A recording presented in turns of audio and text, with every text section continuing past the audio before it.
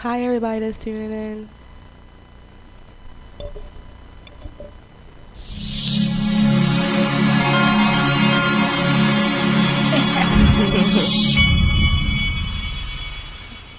Thank you.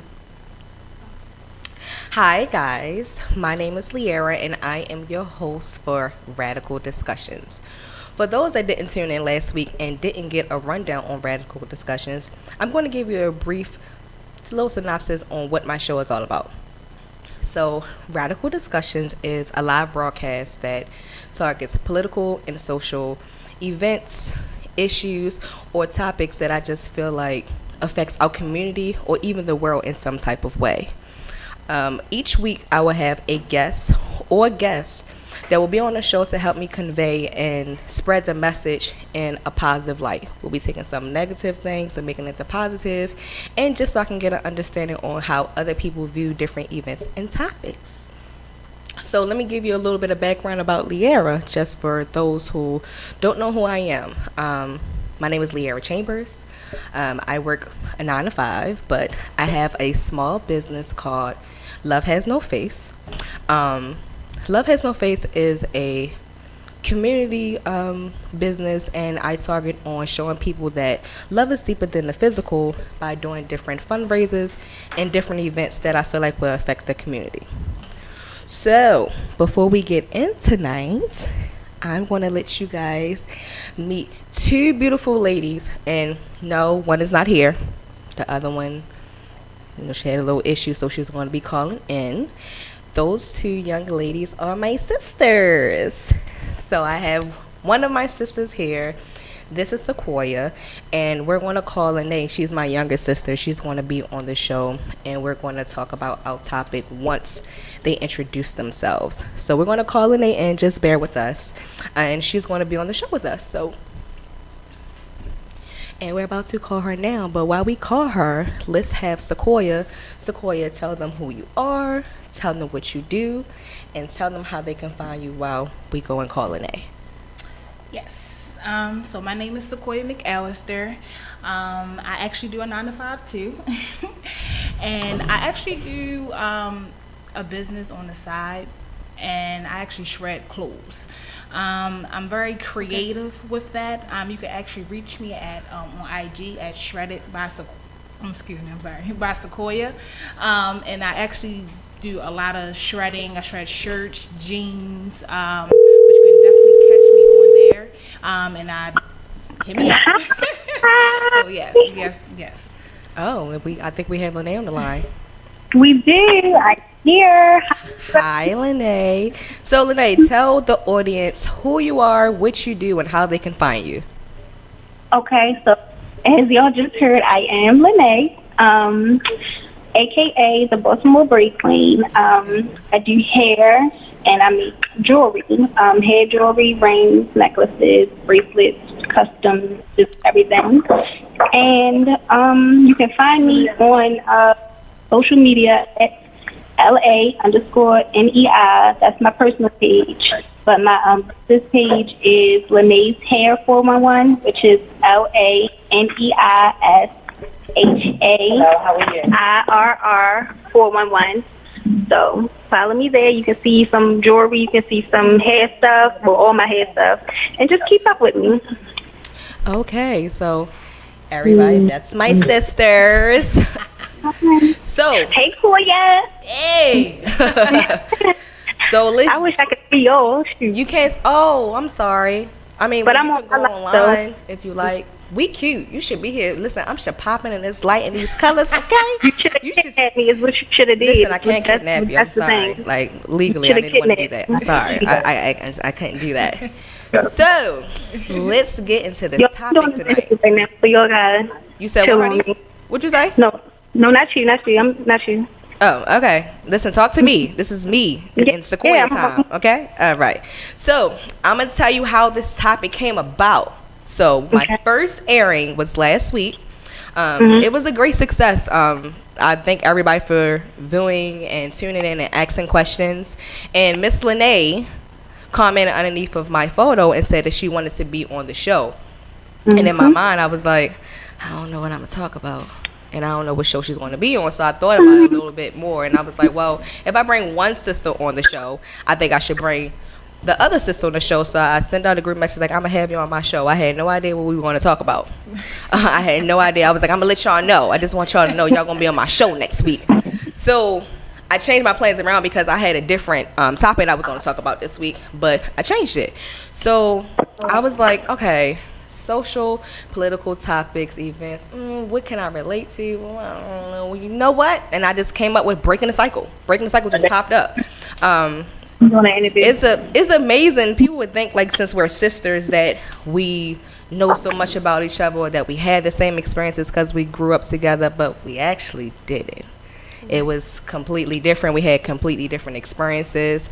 We felt differently about our upbringing, and I just felt like it was appropriate to talk about breaking the cycle this week. And the cycle that I wanted to that I wanted to target was growing up in Baltimore and in an urban part of the city, and also coming from a dysfunctional or broken home. So I know how I feel, but I didn't know how my sisters felt. So I felt like, why not bring home to talk about a home topic versus just bringing friends or associates onto the show. So before going into all the variables that would lead up to what we're going to talk about tonight, Sequoia, we're going to start with you. Okay. So I wish I could see Sequoia.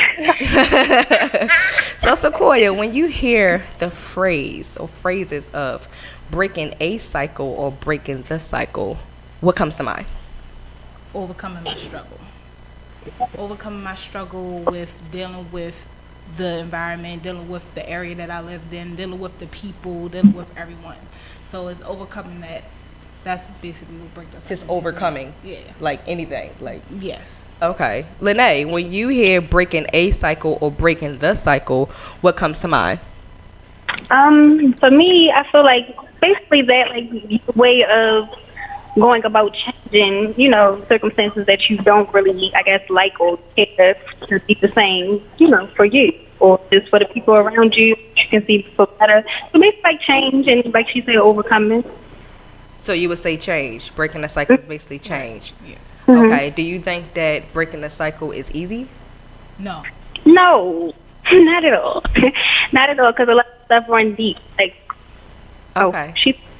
Okay. So since breaking the cycle is that, I want to lead up to it, and since I'm trying to understand you all, Lene, we're going to start with you. Tell me about your experience growing up in Baltimore, growing up in an urban area, and growing up in a single family home. Because for those that didn't know, our mother raised us for most of our lives, and we are from Green Mountain 27th. We from the trenches a little bit. So Lene, tell me about your experience. Like, it can be, I want you to tell me good and bad. All right, so you guys start with the first thing you said, because you said things in one. What's the first one? Oh, girl, if you don't get into this. So, tell me about, my mind.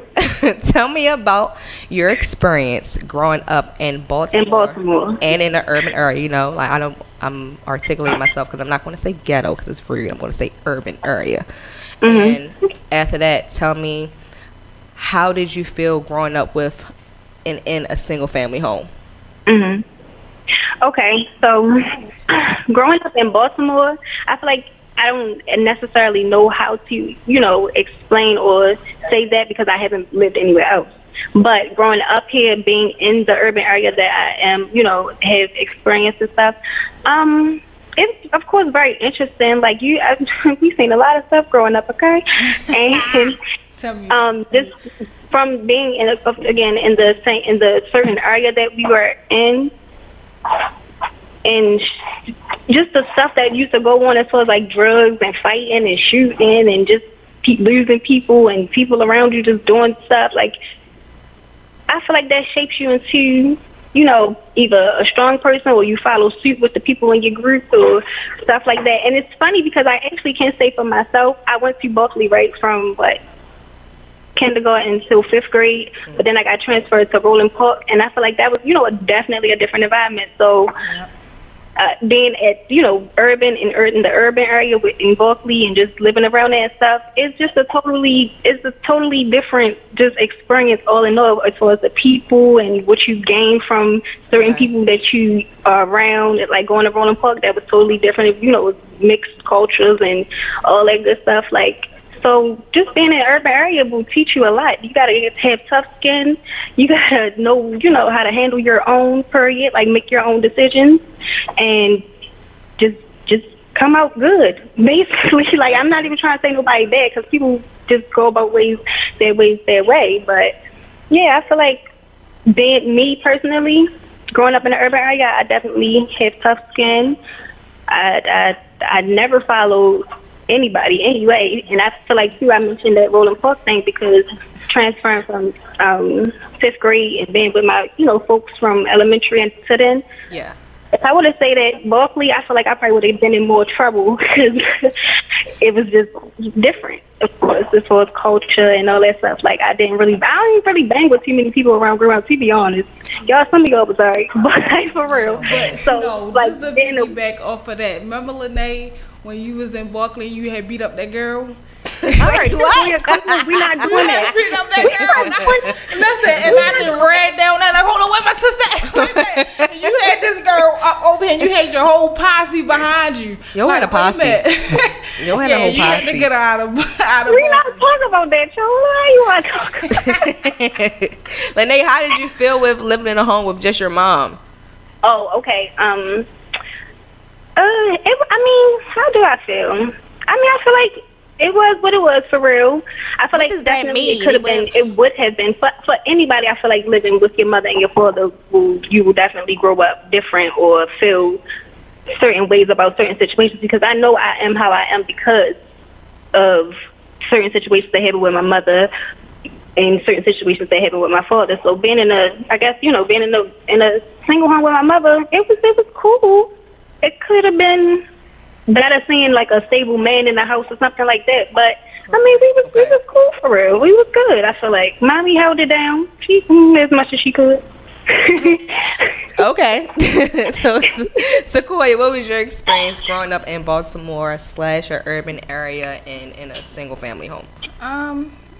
Well, like you said, it's good and bad experience. Like, the good experiences was like I said, I love living on that block, Bone Street. Like, we always went through like having tattoo parties. We've been jumping off.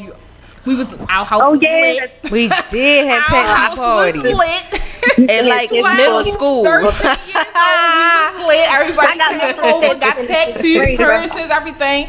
And even Bone Street, us having our block parties, going up the rack. Wait a minute, where was mommy when y'all were having these She was tattoo there. parties? Wait a minute. She was there lit with it. So wait. Let me get this straight. So you guys' mom allowed you to have tattoo parties when you were. So you said 12? Yeah. Okay, so that was the cool mom. She was the cool mom. Yes. Oh, okay. Our family didn't think that, but Correct. my mom was the cool. We had like a tattoo party like every other weekend. But how the way we raised ourselves, or we brought ourselves up, like, you wouldn't even think that was us. Like, we wasn't like we not chicken heads and chicken heads and dots. And we not that. Right. Wait a minute. Okay, so you all equate tattoos with chicken head, like what? Not the tattoo part. The fact that our mother allowed us to do at an adult age. I guess like situation at a young age. Of course, people were like, "Oh, they gonna be fast," or "You got tattoos." Yep. Like, of course, back then. And listen, can I say this? When I was younger, everybody thought I was gonna be the first person to have sex, and I was not. Yep. Oh, wow. Can I say that? And you said it. Right. That's no, because Can I speak on it? We all hear you. Boy, she talked about you, so she just put it out there. Like, they did think that Lene was gonna be a little. Yeah, because again, that was because of how we grew up. Like, our mother let us do what we want for real, y'all. She but did let us do what we I want. can't say we grew up and doing our own thing, but we are some smart individuals, and we hold our own, bro. Like, we good. Like, we good. But why? I mean, what? I'm not taking over. No, I just have a question. So why do you guys think that you like? What foundation made you have your own mindset, not follow what everybody else was doing? Like, how did you guys because have that strength? I wanted to be. But how? Why? How? Like, what? I guess what role models did you see? Like, what made you be different? Because we see what was around us. So what was around us made us become better and become like, okay, I don't want to become, because we had a whole stepfather that was on drugs. Yeah. In the house with us, like sold drugs too. Yeah. He did drugs, sold drugs. Oh, you know, yeah, we talking about memory. What you doing? So it was to the point where like I took that and I flipped it. So like all of us went to Dunbar. All of us graduated. Like I actually graduated top 5% of my class. Like, but top 10. Yeah. So basically, like I just knew that I don't want to be. So you guys made the choice. Yes. To be different. Correct. I would say that was the choice. I feel that a lot of people think that from your childhood experiences is going to define you. Correct. And I think that it's just a chapter of your book.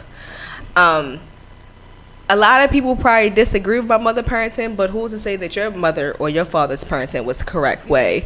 I think it taught us how to be free. Yeah. And it took me some time to realize, like, my childhood experience, everybody be like, oh, she's going to be grown, she's going to be fat. No, it just taught me how to be free. Like, I can do what I want, but I still can be this type of person. You get what I'm saying? Like, and it took me years to realize that, because first I was like, my mother let me do what the hell I want to do. Lord have mercy, like, I could do what I want. Y'all want to come to my house, come to my house. But then I realized, like, as an adult and, like, actually processing and going back to my childhood, I'm like, my mother taught me how to be free and also how to make right and wrong decisions. And for yourself. Like, I feel that I made a lot of wrong decisions. I have. But I learned from them, and it helped me to build and create positive and right decisions that's good for me, because my role probably wasn't the right role for someone else, but it worked out for me. And I would say that my childhood experience living in Baltimore taught me what nothing looks like.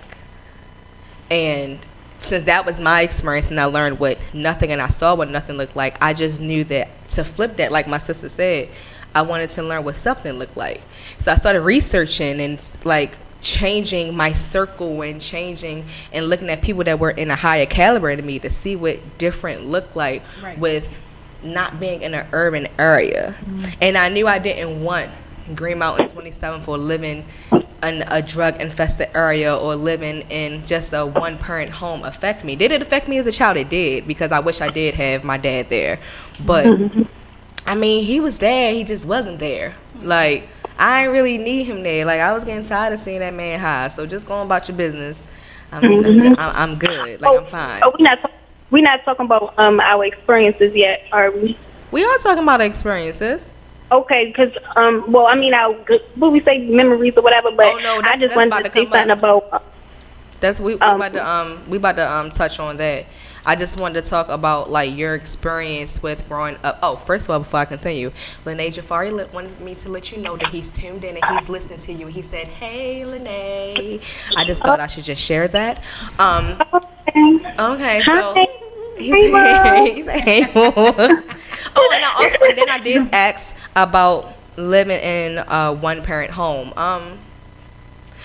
I think that it made me too strong. Growing up with a mother, and I say that because I don't give people the opportunity to be strong for me, because I don't know how. You know what I'm saying? I don't know how to let a person chime in. I don't know how to let a person be like, I got your back, because I seen from growing up with just mommy that I have to be strong on my own. And correct. I didn't know what strength looked like. I just looked at mommy. Like, I didn't agree with a lot of things that mommy did, but she showed me what strength was and what trying was. No, dead serious. So dead serious. I ain't grandma to a T, because mind you, we never seen grandma cry. Never seen her shed nothing, like none of that. But the good thing is, grandma did teach us strength, but she also, in my opinion, showed me how to just deal with things without speaking. Correct. You know what I'm saying? But I think that with seeing that from grandma and then seeing mommy, I'm like, no, I need to have a voice. Like, I don't want to be quiet or just sweep things underneath the rug. I have something to say, okay? Like, I have something to say, and I'm going to say it, okay? That's what I'm going to do. So I know that that's that. I can say that I had bad and good experiences with mommy, of course, with my dad. I had good and bad experiences with seeing deaths. I had good experiences as far as going to school and trying to define myself and my choices. Our life choices does bring good and bad memories. Yeah. Lene, what was your favorite childhood memory? Well, or you can say memories. It could be more than one. right. So it's a couple, y'all. Favorite childhood memories. All right, so I want to say Sequoia first because that's the one that popped in my head first. When Sequoia when we was little, we used to live on Boone Street, right? And it was a dog coming down the street. I Did forget you just say Doug, but not dog? It was a Doug coming, not a dog. That's a dog. So, I forget what grade we was in, but mind you, we all 2 years apart, so I'm the youngest. But either way, the dog coming down the street, we about to walk out the door to go to school, and Sequoia was like, "Oh shit!" And then we all just started busting out laughing. Like my mother didn't get mad, she didn't do nothing, and I feel like ever since then we just cussing, doing whatever. Wait, how old were what's your sister, Lene? Lene, yeah. Lene, how old was Sequoia? How old was she? Yeah, I don't remember, but it was probably Sequoia was like 11. Younger, And like she I said, was "Oh in shit!" the 50s. Yes. She said, did, "Oh me too. shit!" It's real loud, and my mother was right there, but my mother ain't say nothing. Like she just was laughing too. Like so. It scared me. We just was cussing and stuff. Like and my mother was just fine. Like. And people do not know how to take that, like how we be talking to our mother or cussing around our mother. People like, what? Like you can do that? I mean, hey, yes. Like we don't like be liking it most of the time, but sometimes like because we've admitted through the years, like dang, we be talking to mommy a little crazy, but it just happens. Like and it's not really to be disrespectful enough, and it's just a thing. It's crazy. But that's one more memory. And then another one I remember, y'all. I was I forget what I got in trouble for, but my mother chased me around the whole house. I ran outside from her because she was trying to get a beating, and I got away. Yo, I remember that. I got away. She did, because she hid underneath the bed. Like she hid underneath the bed. My mother couldn't reach her. No, but no, mommy got tired. She was okay. So she just waited her out. That is so tired. I'm done. I said, happening. Like you not about to beat me? I ain't getting no beating. She wasn't playing. I only got beaten one time.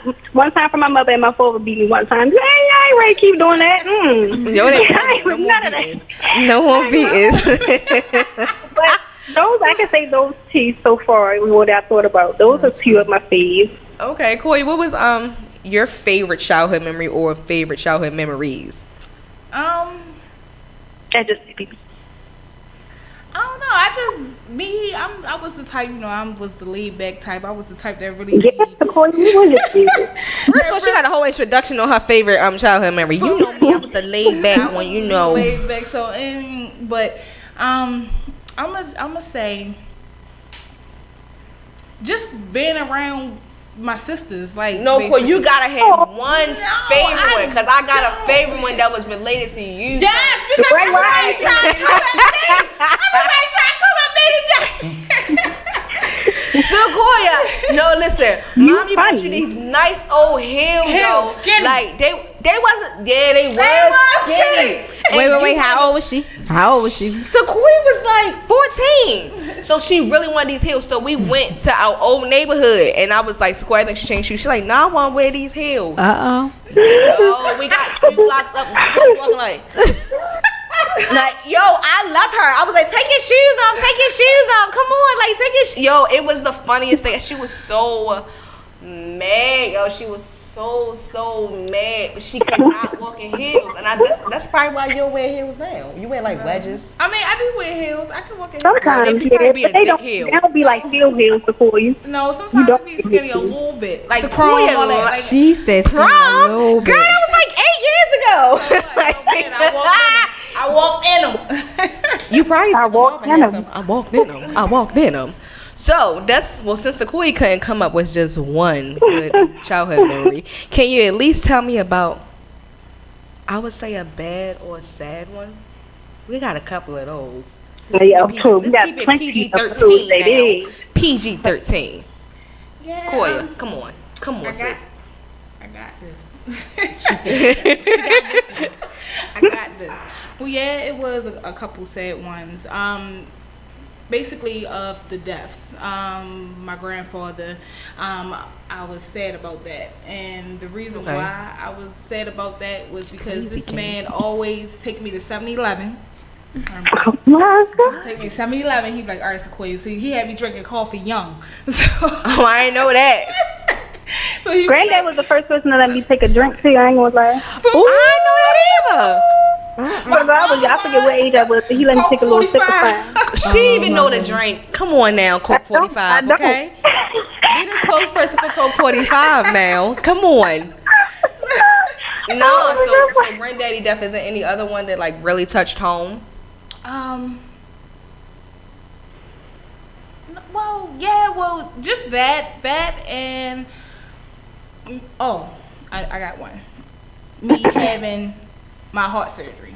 Oh, that was sad. That was. Yeah, I mean, I had open heart surgery when I was. Oh yeah, I ain't like 13 that. years old. Oh wow, what happened? You gotta elaborate on that one. Like, what happened? Yeah, just a little bit. So basically, the crazy part is and the crazy part at my high school, we actually did like a whole play on it, like a whole skit on it. Really? It was real big. So basically, they said I could have just died at like any day. So wait, how old are you? Right? How old? Yeah, I was 13. Wow. So basically, one of my ovaries was actually leaking. One more than the other one, and they had to like pump for the other one. So that's basically, and it's called aortic stenosis. That's basically what I had. But basically, what happened was we went for a physical, and they said, "Oh well, Sequoia, we gotta talk to you." This, that, and the third. So I'm like, "Okay, what's going on?" And they said, basically, when they had put the stethoscope on my heart, they basically was saying, I can't hear it. It's scratchy. It's real scratchy. I can't hear your heartbeat. So I'm like, well, what you mean? Like I'm not understanding. And you're 13 at this time, trying to understand what they mean. Okay. Yeah. So I'm like, what's going on? So they basically was like, where's your mom? They had told my mother to leave the room. Why? Yeah, they was talking to me by myself. But you're 13. She was 13. And and they ask your mom to leave the room as if you were like 18. Yeah. They told her to leave the room. So, she left the room, and they just was like, well, Miss McAllister, your heart just sounds scratchy. Your heart sounds scratchy and is an irregular heartbeat. And I'm like, okay, what does that mean? So they said, you got to have her surgery. I'm like, huh? In 2 weeks. So which hospital was this? And I will never go there because apparently I would have to step out of her room if I took my 13-year-old child to the doctor because that wouldn't happen. We were going to have to see some director of this hospital because I'm not leaving my 13-year-old in here to interpret some stuff. Don't like Union Memorial, so I think everything is Union Memorial. Dr. Chef's check. And we are here. I mean, that was scary. Okay, so you had the surgery in 2 weeks. Yeah, I had the surgery in 2 weeks. Basically, they did tell me. They said I keep forgetting this part, but the flow of your arteries. My arteries. It was like too much going through. I think, or something like that. Okay. And they just was like, she gonna have the. Cause first they were saying that I was gonna have a pacemaker. And I was like, you're not going to be able to have any babies, and I do have a child. But I didn't get a pacemaker. They said it was a possibility that I wouldn't wake up either. So, yeah, it was just... Pretty scary. Yeah, pretty scary. Right. So, then after that, my mother, and this is one thing that I held on to for my mother. She said, Sequoia, when you wake up, you're going to see me. I'm going to be standing right over you. I'm going to hold your hand. I know that's right. So she was like, I said, Ma, you sure you... I was doubting. Like, Ma, you sure? Like, I said, because I'm scared. I'm nervous. So we actually went to church. They had a whole prayer session over me. Awesome. Then the day of, I'm all running. All right, come on, ready for the delivery. I'm ready for the birth. Come on, put me in the leg. Put me to sleep. So they put me to sleep. And then literally, like, when I woke up, my mother was standing right there over top of me, like, on my side. And the crazy part is I didn't even stay. My recovery was pretty fast because they said your heart is strong. Like you got a strong. You were heart. young. You were young. Yeah, young heart. Right. And he had a good. That's awesome. Yeah. That's awesome. Yeah, but you came through. You lit. Yep. And she had a baby. Because they said that's the close. Wait, that's the close. They say that I have never had a kid, but they said it's the closest you come to death. So having a baby. Yeah. So that's straining your heart. That's what they say. So if your heart can, if your heart can take that. When I had my child, they said that they had to use something like a metal thing to like bring her out. And then you had to do that. I was in push there. Her out. I seen her push it out. So you pushed the baby out after having heart surgery at 13. And I was right there while she pushed it. I was like, "Go sis." You were all in there like, I was like, What's that? I was like, "What's that?" They like that baby. I said, "Oh, I touched the head." My mother went to go get it because my mother like, "No, I'm not going in that room." Leanne was laying there on the bed. My mother like, "Get up!" Leanne pushed me on the floor. She came running down the hallway. I was there for it. I was right there. She told me she punched the anesthesiologist I said, I punched the lady in her. I was about to punch the lady in her face. Like really punched her. She like, Leah, I punched the anesthesiologist. I'm like, watch the get hurt. I'm like, all right, cool. It's okay. Push, baby, push. Lene, what was one or more of your I'll say sad experiences? Yeah. So I don't know if this is not too much for like mommy, and don't care about what my father would think. He don't even got social media, nothing but blah. But two experiences I feel like, shaped me or got me how I am as an adult. That, it was hurtful stuff, but it's why I'm so strong. The first thing I feel like is when I seen my mother get hit by my stepfather, and I just sat there, like I felt like I could have did something about it, but I was young. How old was he when that happened? Like I feel that like, night. Yeah, I fought him that night. I was 16, how old? So you were? Damn, I can't count. 14. No, she was 12. No, wait. So I was 12, and it's like I just remember. It's certain memories that I will never forget. So it's like I remember I was asleep, and then all this commotion was going on. Went downstairs, and I'm just sitting on the couch, and I'm just like, "Yo, this is not happening." Like a lot of stuff for me personally, y'all. Like when it's very bad stuff, it's unbelievable to me, and I'm like, "Yo, this cannot be happening right now." Like what? Like, is this really happening? Like, and I just see my sisters going off, and I'm just sitting there, like, because I just didn't know what to do. Like, what? Like, this is not happening. So I feel like that has transferred over to stuff that in my adult life is like when certain stuff that happen, I feel like, yo, this is not real right now, because I should not be having to deal with this. But that's something I can say has transferred over to me. And then as far as my father. Don't bang with him for real. I don't care for my father, but love him because that's my father.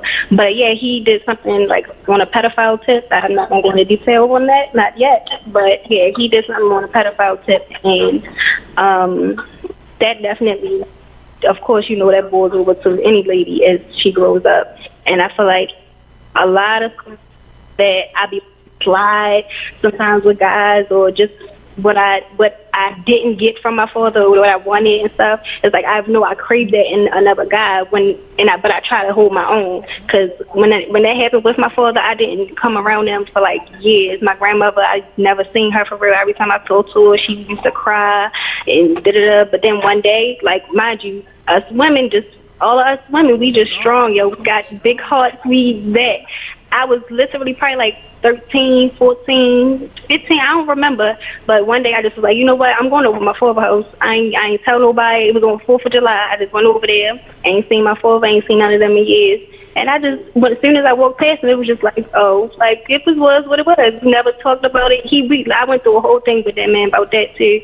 He became innocent for whatever reason. Like, there's a lot of stuff that happened with that situation that definitely, has shaped me to be how I am today. And if I had more time, we could go in. But yeah, just know that those things were like two of the worst things that happened. Oh, and two, honestly, with my stepfather, we got our house raided when I was probably I was in middle school. We got our house raided, and I was the only one that was in there. And when the police knocked the door down and stuff, I remember been in our room. Me and my sister shared Sequoia. We shared a room, and I'm on the floor doing my homework. The police coming there with a gun pointed at me and all that, and I'm just, mind you, this is an unbelievable situation. So I'm just sitting there like, what?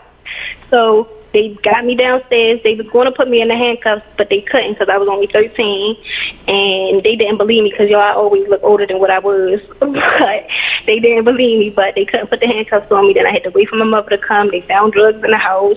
Like it was a mess. The house was a mess. It's like, yeah, those 3 memories, yeah, I will never forget. Worst memories. But again, come out on top. So yeah, I literally remember that. Mommy was in the market. Yeah, y'all was in the market, yeah. The bags to get there, yeah. They was about to put her. They called CPS and everything, wanted to put her in the system because they found all of that. He was in the basement. Yeah, he was in the basement. Ha. Yep. So he was there. Ha. Yeah, he was there. It was me and him. He was there. And I remember, like, he tried to run upstairs to do, mind you, this while they pounding on the door. Mind you, we see this happen to Paulette across the street all the time. I didn't think this really happened to us. Yeah. So, I just hear the banging on the door. I'm just still laying on the floor doing my homework. He tried to come upstairs, and I don't know if he was trying to hide something or do whatever, but they end up banging that door down, coming up there, pointed that gun at me, took me downstairs, and then they was just doing their thing, I guess. I don't know, but it was crazy. It was. Well, from the reason why I had asked you about your good memory, first is because everything that we went through was not sad or bad, but from our childhood, and I want to say individually because I want to hear from you guys, from your experience and like your good and your bad memories. Can you say, or would you label us as a dysfunctional family, a broken family, and even very impoverished because of where we were? And I'll ask that first with Sequoia. How do you feel about that? Do you think that we're very dysfunctional? Do you think that we're broken? And do you think that I don't want to say poor, I want to say impoverished. That sounds better, and that's politically correct. What do you think about that? So, I mean, somewhat dysfunctional a little bit because, like I said, we could have been better than what we is in reference of like our fathers being there and everything else. But like you said, Mommy was a strong woman, so she definitely showed us that way because, like I said, with my daughter, I showed her way. I used to always be dependent on my mother. Everything was, okay, Mommy, can you do this? Can you do that? Can you do this? Like, I showed my daughter another way. I showed my daughter, baby, you need to be independent. You need to do these things on your own. You need to not really depend on me as much. Of course, I'm your mother, so I'm going to do what I got to do for you as a mother, but I always wanted to give that to her. Yeah. Do you think that we're broken? Somewhat. I do think that we're broken somewhat, but we overcame that though. And the reason why is because everybody always viewed us, Simone kids, we not gonna go to college. We're not gonna make it in life. We're not gonna, even to this day, our family looks down on us because my mother didn't go to college, because my mother didn't. My mother was having, babies every 2 years, and they always like looked down on my mother like all the time. So they thought that we was going to be the same exact way, and no, we was going to continue the cycle in which she started. Correct, and we broke the cycle.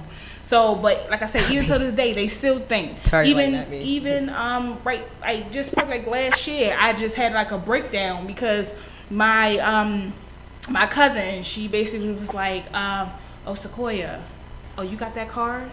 Oh, you you the type that had a type of call like that? Oh yeah, that was my first card. That was that was accomplishment for me. That was something that I gained. So for you to tell me what was going on in reference of like what I have and what I'm trying to accomplish, like no, I'm not with that. Like you supposed to uplift every person. Like you don't supposed to like just shut me down like that. Like so, and they always did stuff like that. So that's why I call them bougie, and I don't really be around as much because you need to help one another. Like me, I have a genuine heart. I will help everybody in the world, like everyone. So for her to even say these things to me just made me feel some type of way. So yes, we were broken, But we learned from that. We turned that around, and yeah, we made it better for ourselves. Do you feel that because of what we went through, some of the things we went through that we haven't touched, do you feel like we live in an impoverished area? Do you feel like we had do you feel like we were middle class, or do you really feel like we were poor? And Lene or Sequoia, y'all can ask that. Do y'all feel like we were poor? No. I don't know. I wouldn't say that. I don't know. Was the type that she made sure we was fly. She made sure that we have. For her being the actual just herself with 3 girls, she made sure we had all the time. Like, she made sure we had food. She made sure we had clothes on our back. She made sure we had the latest fashion. She made sure everything. Everybody always called us the picture people. We always took picture like every week. So can I piggyback off you real quick? Yeah. Because I want to say, I don't think we were poor, but I can say that I feel like mommy did make poor decisions as far as the way she spent her money. Correct. Like, because, let me put this out here, y'all. Nobody ever knew this. Everybody thought we just lived in different houses, and my mother had it like that. Like, how y'all do that? We used to get put out all the day time. That's because my mother spent that little money on buying us clothes and doing this and not telling us that she need help and all that stuff. Like, so it's stuff in between that. Like, we was fly, y'all. We was fly. Yeah. But my mother, she had her little ways, and we was getting different houses. We was getting put out of them houses. That's because mommy wasn't being right with our money. So, like, it is what it is. So yeah. But again, we made it through everywhere, every which way, no matter what part it was, we made it through. So I don't think we were poor, but mommy made poor decisions with her money, and we just learned too from her, because she, again, tried to act like she ain't never need help and all this stuff. But no, she needed it. She needed it. So yeah, I don't think we were poor though. I think that was well put, that you didn't feel like we were poor, but that she made poor decisions with her money. Like, I think that was very wise for you to say, because we did have, but we also didn't have. Correct. Because of the decisions that she made. But would you say that the financial decisions that she made caused you to be better with your finances, or do you kind of like still follow that cycle of just having horrible spending? I feel like I'm in between. For myself, I can say I'm in between, because I learned from mommy to not spend money on just the stupid, not stupid, but because she didn't spend it on stupid stuff, but just to spend it on what it should have been spent on for us to be straight as far as stability in the house and all that stuff. I think I know I'm still trying to learn how to be stable with my money. Like, I know how to save if I want to, but I also do, because like I seen my mother, she spend money on what she wants to spend it on, like us or whatever. Yeah, that's how I know I am. So again, I know how to save, but also I treat myself. I do what I want with my money. So that's why I know why I'm far behind than what I could be, or whatever the case may be. But I'm still learning. I know I'm still learning. We know how to do this. You spend $100 on a shirt. For sure. She crazy. So yeah, with me it's the same way. And like I said, I have a daughter that looks up to me too. So it's to the point where going from house to house, going through all the things that we going through, or however the case may be. Like I said, I teach my daughter to actually be independent. Like, it got to the point where I had to break the cycle again, because I was so scared to go out on my own, because I depended on my mother so much. I depended on her, so I literally was talking to my boyfriend like, so what should I do? Like, going out on your own? Like going out on my own, like getting our own apartment. I said, well, I don't want to keep going from house to house. I don't want to keep, I'm pregnant, and then after being pregnant, bringing my daughter going to house. I said, I don't want to say, so Sequoia, what do you have to do? So I told my mother, I said, Ma, this is what I'm going to do. I said, Ma, you can come with me. I said, but I'm paying these bills on my own. I said, I got to know what the feel is of paying a bill and doing, because it got to the point where I didn't know how to wash clothes. I probably was like 14, didn't know how to wash clothes, didn't know how to do nothing, because my mother baby-fied me so much to the point where I didn't know how to do anything.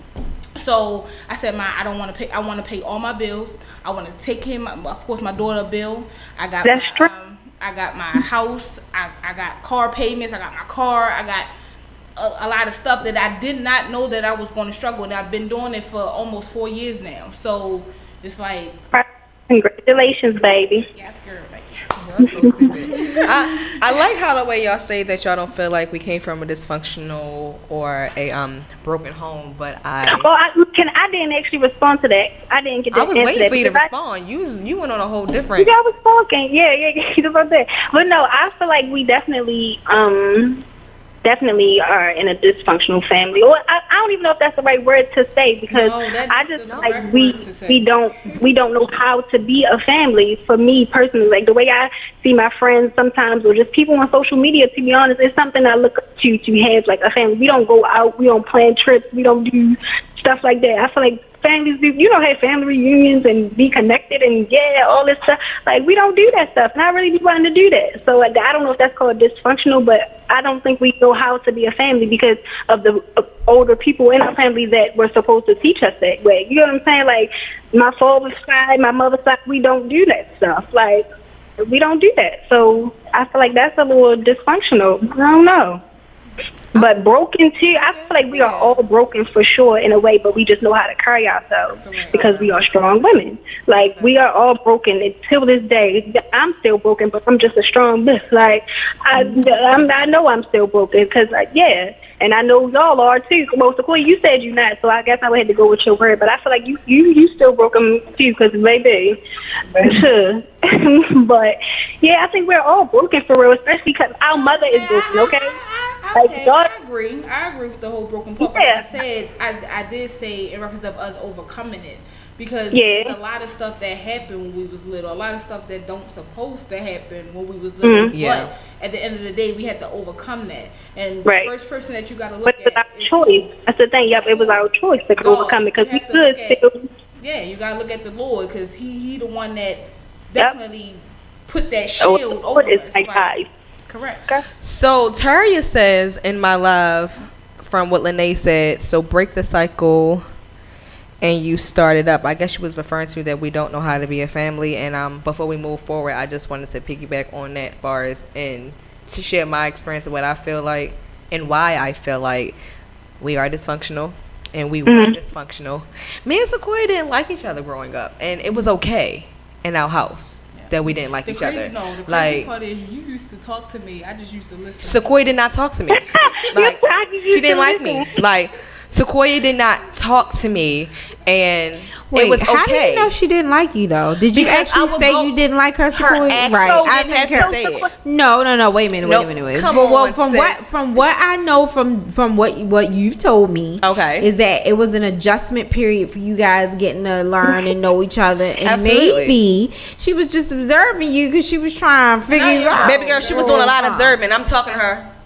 Right. Like, you hear what I'm saying? Right. Queen, why you ain't tell me that? Did you talk? You talked a lot though, right? I did. You being the older sister, you probably talked to the doctor. She was like, when is she gonna shut up? Like, all that. I was in there. Like, so that's not dysfunctional. That's big sister, little sister stuff. For our entire life. Yeah, that's crazy to me. I'm just saying, I've heard this before. That's why I say that, because so you did like me. I did like you. Right? So why you didn't speak to me? I did like you. She didn't feel like you. So you didn't feel like talk to me our whole life. About you. What you mean? She talking now. You talked to me when you had your baby. That's what me. Come on, sis. Wait a minute. How old is your heart surgery? How old is your baby? She only 6. Okay, so you're saying she just started talking to you 6 years ago. Baby girl, we started having whole conversations. Sequoia would know some stuff, and I'm like, Sequoia, why ain't tell me that? Oh. But that's not, she didn't like you. That's my experience. That's how I felt like that. That's how I felt. Y'all can't take me out. Wait, okay, did you ever say to her, you don't ask her, why is it that you don't talk to me? Is it because you don't like me? Did you actually say that to her? Or ask her? I sure didn't. Right. Oh, you know what? This conversation is over about that. Like, really? I told my mom. My mom said she was going to talk to her, but did she ever talk to you? Oh, okay. Right. Well, so you are here now. How did you feel about your older sister? You didn't. No, I love my older sister. Even when you didn't respond to her. That just was me. I just was like, right. I mean, me and Lene, I used to bully Lene. We didn't. That's what I was going to say. Sequoia didn't like me, or so we just was this. Not this. Well, Sequoia is a middle child. She's caught between the younger child, who's probably was the problem. Okay, me and Leora felt the way. That's why me and Leora was close because my mother. We thought my mother's favorite Sequoia, and that came up in the conversation. We talked about that before. My mother, of course, denied that Sequoia was her favorite, but we've seen that when we was younger. Me and Leora felt like that for sure. Like Sequoia was the favorite, and Sequoia didn't. She ain't bang with us like that. Like again, I ain't say the memory where Sequoia threw a phone at my nose, and I had a nice little knot on my nose. And what you say? They said what happened? I never carried myself like that, and when if that was to happen, I always be like, all right. No, because I want to share with my sisters. I want to do this. I want to do that. What you share with me? No, I'm just saying. In reference, I'm like, no, I'm just saying. Don't do that, man. Do this. Don't do this so everybody can have. I never was the type that was selfish and do like into that. I always wanted to include y'all and stuff, even if my mother probably would have been like, well, just think about it. Well, I would say my perception. Now, okay, see, Leora, you talk a lot, right? Yeah. Right. And then Lene, it sounds like you probably, I mean, you're the baby, so she probably was kind of opinionated because I'm the baby and I do. So Sequoia was probably the most cooperative. So you're gonna go with the child that's most cooperative because she don't want to deal with y'all. She be like, you know what? Let me keep her. But I really I'm not. I wasn't even in y'all household. Like they would have been outside, and I was the one that exactly. Schoolwork. So I don't have kids, but I would probably do the same thing. Let me deal with Sequoia right here because these two are firecrackers. No, for real though. Yeah, that's funny. I'm just saying. Is funny. That's not how it was. That's not how it was. Like, first of all, Corey, don't let her boost you up because you know that's not how it is. I didn't. To be quite honest, I started speaking when I got older. When I was younger, I didn't have a voice. I didn't talk. Okay. I really didn't. I spoke to my friends. I didn't really care about hanging with my sisters. They were my little sisters. But I wanted to try to have conversations with them. Sequoia just didn't talk to me. So my perception, and we all know the perception is not reality, just how the way we view things, is that she did not like me. And I was like, all right, well, I don't mess with her like that. And Lene, shockingly, Lene didn't talk that much when she was younger. Now she talked too much. Ooh, but okay. She didn't talk that much, but Lene would listen to me and talk to me. So I was like, well, I'm just going to cling on to Lene because that. But I would just say that it was dysfunctional. Going back to that, is because of all the things that was okay to do, like not speak to one another. Your mother says okay. I would say that we were broken because of the experience, like Lene's saying about the evictions and about the raids. Like we were broken and we never really took the time to heal. So I would say that we were broken because of that. And we all talked about going to therapy before. We also, but we never went. No, but I can honestly say that Leora, she's very, very well. And you are too. But Leora, she's very strong. Like this girl done been through a lot. Like and like you said, like Leora, she been in our household, but it got to the point where she left. Yep. She left. Went to other states.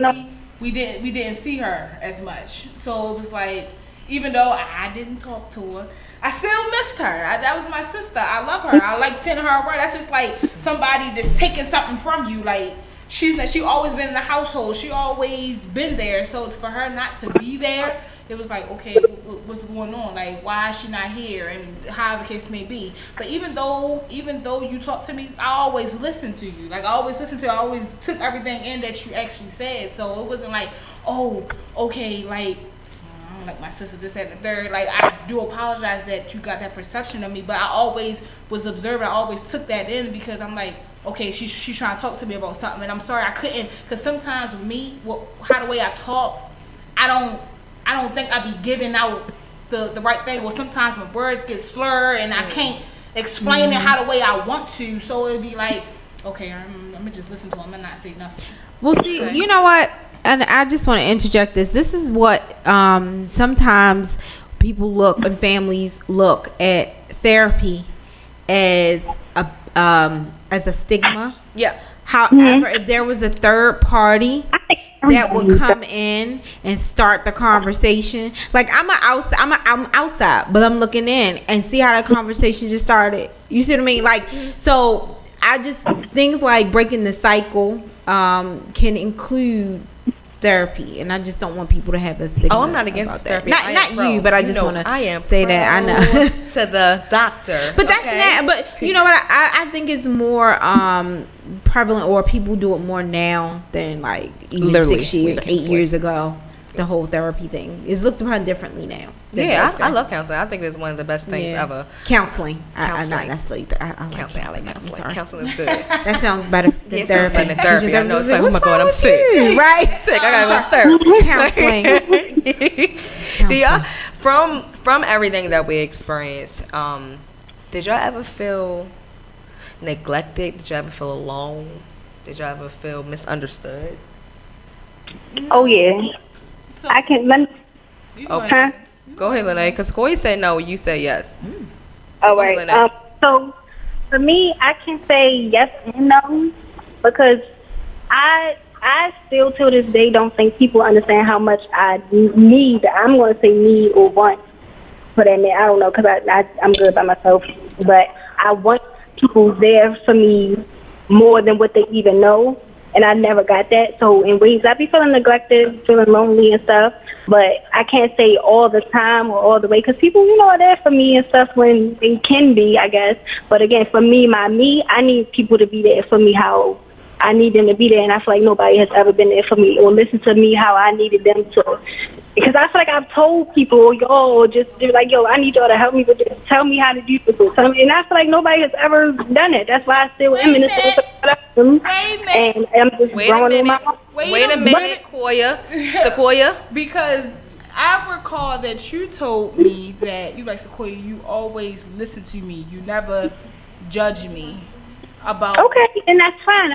And that's perfect. But again, there's other stuff that I needed y'all for, and I know I said it because and y'all ain't done it. I'm just saying, and it's not a problem because y'all do what y'all do. I appreciate what y'all do. But again, y'all ask me if I ever feel neglected. Yes, I do. We're not taking away your experience. And it's not just from y'all. That's just because we in this conversation right now. It's from everybody in my family. Like the people I'm close to.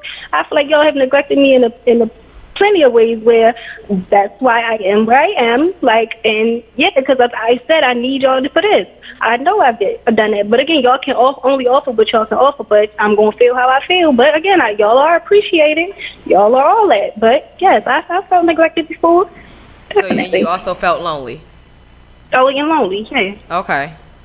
And that too comes with guys and stuff. I'd really be wanting the nigga, don't need him, of course. But, any girl, any male gonna want a female or a guy, in their space. I never had the right guy in my space. And that's what I definitely want and I deserve.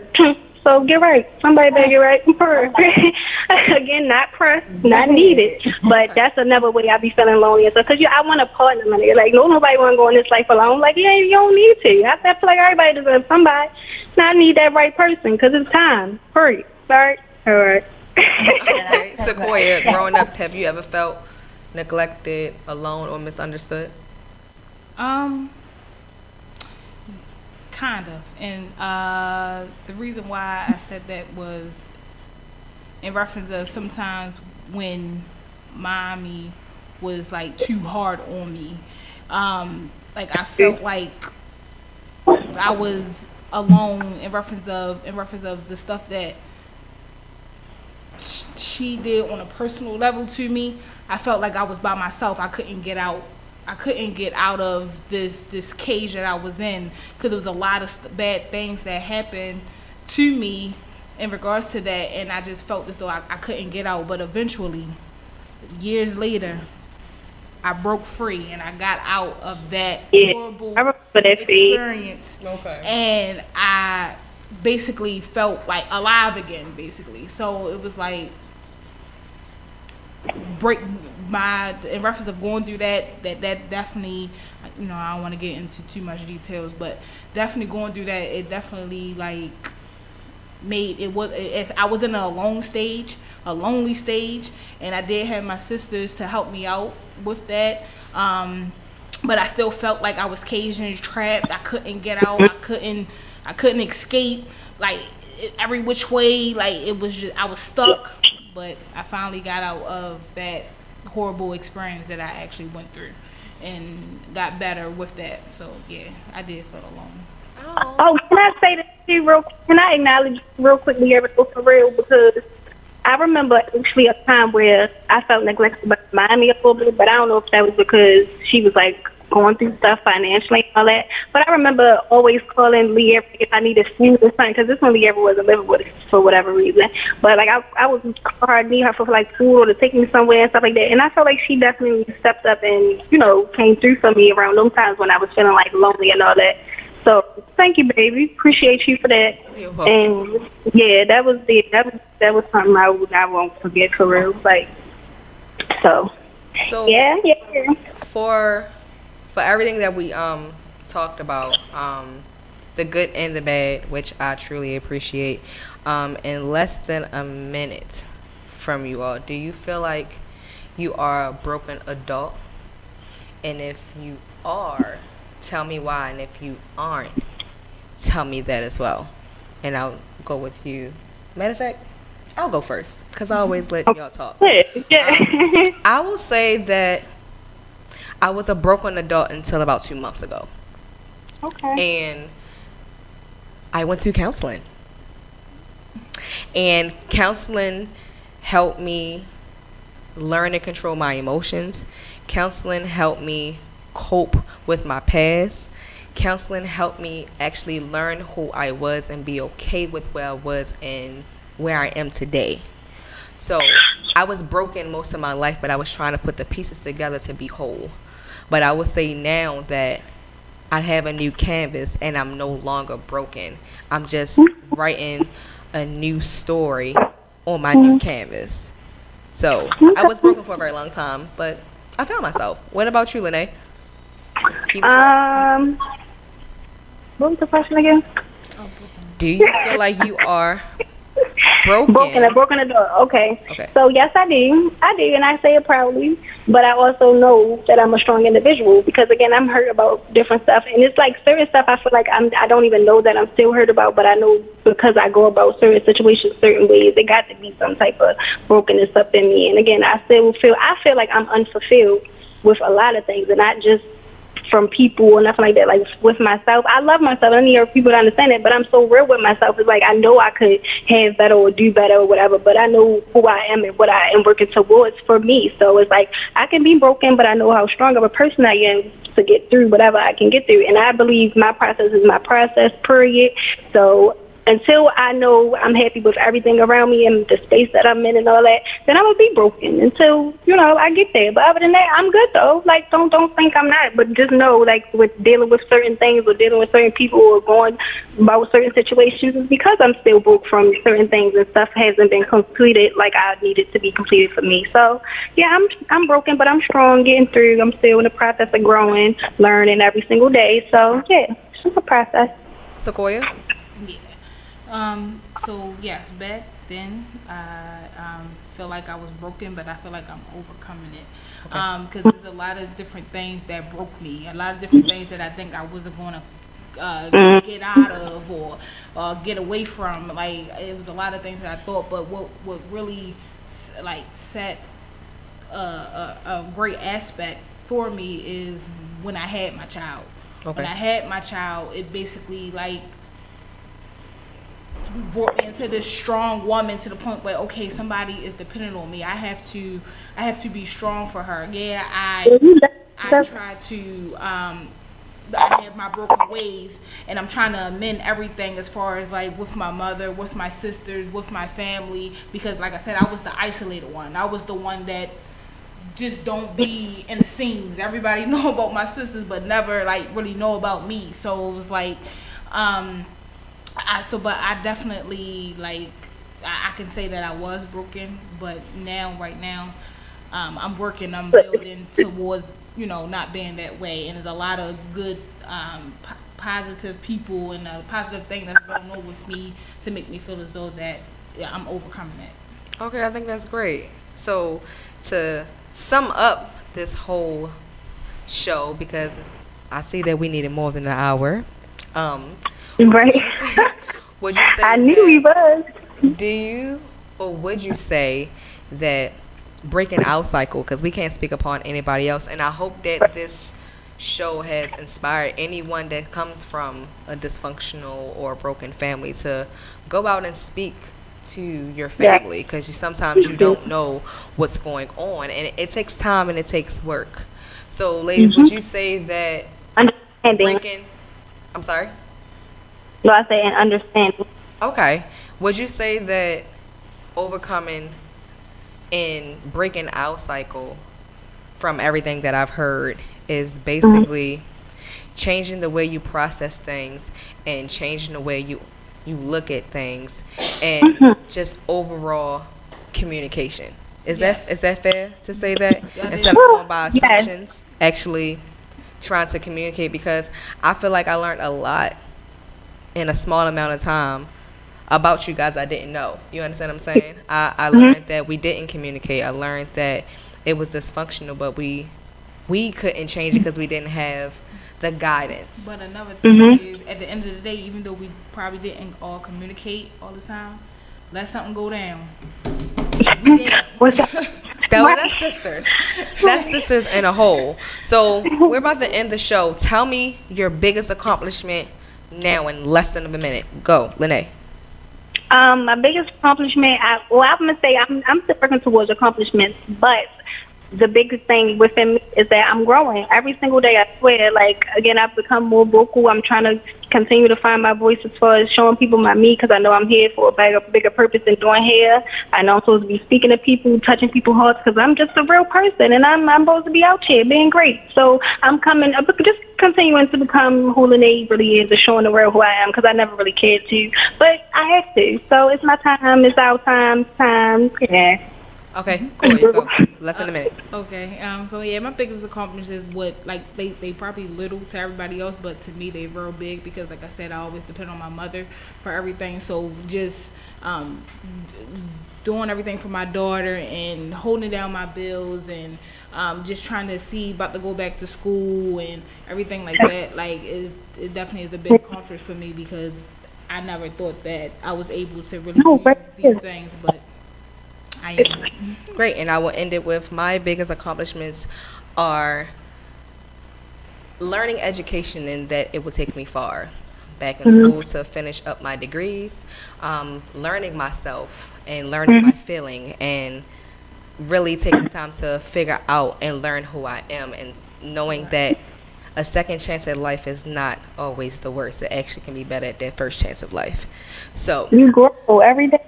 Yeah, technically. So I'm sorry to say that the show is over, guys. Right. I want to thank you ladies so much for coming on to the show. And you can find me on Instagram at Leirra, Leairra, or you can find me on Facebook at Leirra Chambers. And if you don't know how to spell Chambers, it's Chambers. Sequoia, where can they find you? Find me on Instagram at Sequoia1, SAQUOYA1. And my clothing page, Shredded by Sequoia. That's SHREDDBYSAQUOYA. And Facebook, the same, Sequoia McAllister, MCALLISTER. Lene, where can they find you? Well, I said at the beginning, but on Instagram, I am LA_NEI. Y'all can follow that page for my personal, and sometimes I got jewelry and stuff on there, but my hair page has everything, hair and jewelry. That is Lene's Hair 411, LANEISHARR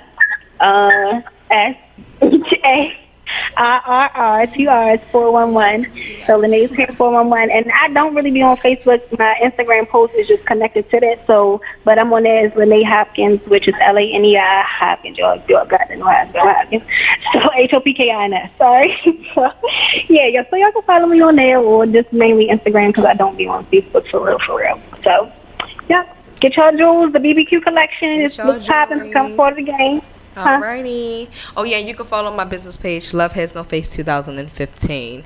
Thank you guys for tuning into Radical Discussions. Until next Thursday. I see you guys. Bye, Lene. Bye, Lene. See y'all. Love you. Bye, Facebook. All right.